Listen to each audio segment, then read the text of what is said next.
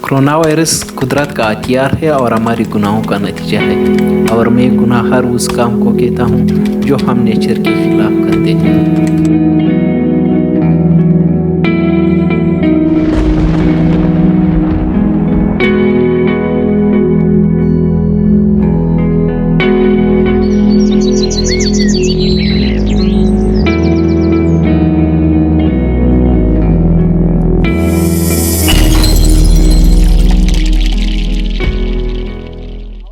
लोगों ने conspiracy theories बनाई कि ये चीन का हथियार है, ये अमेरिका का हथियार है, लेकिन हकीकत में ऐसा कुछ भी नहीं है। ये कुदरत का हथियार है, और ये कुदरत का हथियार किस तरह है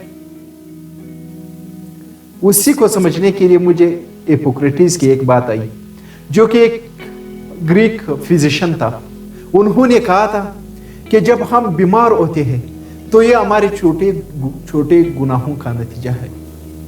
जब हम छोटे छोटे गुनाह करते तो उससे एक बड़ी गुनाह बन जाती है, जिसकी वजह से हम लोग बीमार हो जाते हैं। उन्होंने छोटे गुनाह किस चीज को कहा है? उन्होंने छोटी गुनाह, और वो उस चीज को उन्होंने गुनाह कहा है जो चीज हम लोग नेचर के खिलाफ करते हैं।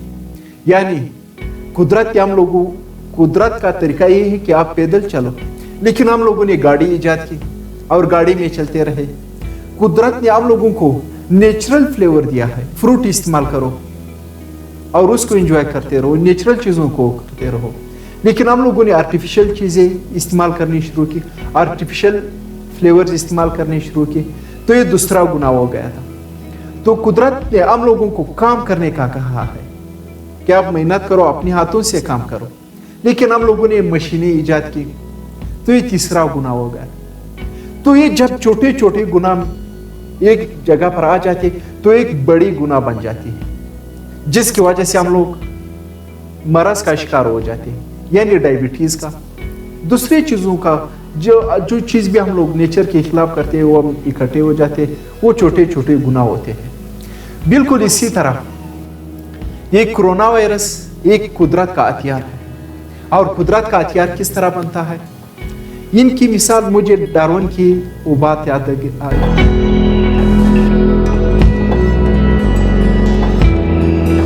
जब डार्विन ने कहा था कि इब्तिदा में इंसान एक बेजान चीज से जानदार बन गया, तो उस पर जब लोगों ने क्रिटिक्स किया कि ये कैसे मुमकिन हुआ कि एक बेजान चीज से जानदार बन गया, तो उन्होंने कहा था, और उसके बाद दूसरे उनके नजरिए के फॉलोअर्स ने उसके क्रिटिक्स में जवाब दिया था, और बड़ा ऑथेंटिक जवाब था कि उस वक्त दुनिया कुछ इस तरह की जगह थी जहां पर दूसरे गैसेस थे, जिसकी वजह से ये मुमकिन हो पाया था। के खिलाफ करते हैं, आलूदगी फैलाते हैं, दूसरे गैसेस हम लोग जो खारिज करते हैं फैक्ट्रियों वगैरह से, तो दरअसल हम लोग एक तजर्बा का, इस दुनिया को एक तजर्बागाह बना रहे हैं, जिसकी वजह से दूसरे जहरीले वायरस का ज़हूर मुमकिन हो और वो अपनी पैदाइश इस जगह में कर सके।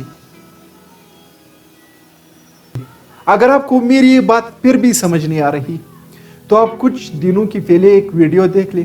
कराची में लॉकडाउन की वजह से जब पोल्ट्री फार्म बंद हो गए थे, तो पोल्ट्री फार्म वालों ने अंडे फेंक दिए थे। कुछ दिनों के बाद उन अंडों से बच्चे निकलना शुरू हो गए थे। तो बाद में जब मालूम हुआ कि जब अंडे फेंक दिए गए थे, क्योंकि लॉकडाउन की वजह से, तो मौसम कुदरती तौर पर उसके मुताबिक था कि उससे बच्चे निकल आए, यानी मौसम उनके मुताबिक बन गया था।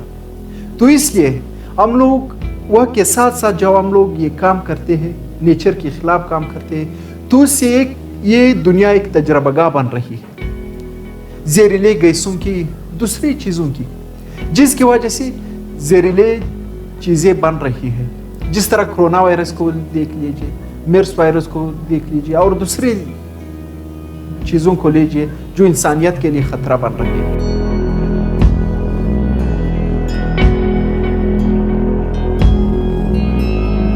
और अगर आप सोच रहे होंगे कि कुदरत का हथियार कितना ताकतवर है, तो कुदरत का हथियार का वैल्यू बिल्कुल मैथमेटिक्स की जीरो की तरह है।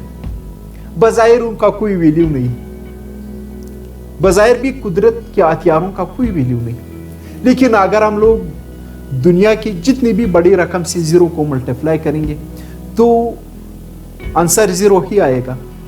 इसी तरह कुदरत की हथियार जिस चीज़ से भी टक्कर खाती है तो उसको ज़ीरो कर देती है।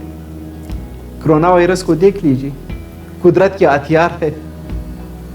दुनिया की लेबॉर्ट्री से टक्कर खाई, हर चीज़ से टक्कर खाई, सबकी वैल्यू को ज़ीरो कर लिया।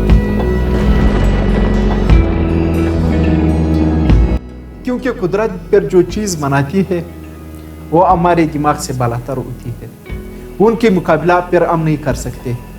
इसलिए हम लोग पहले से एहतियात कर लें, कुदरत का ख्याल रखें, तो फिर कुदरत हमारा ख्याल रखेगा।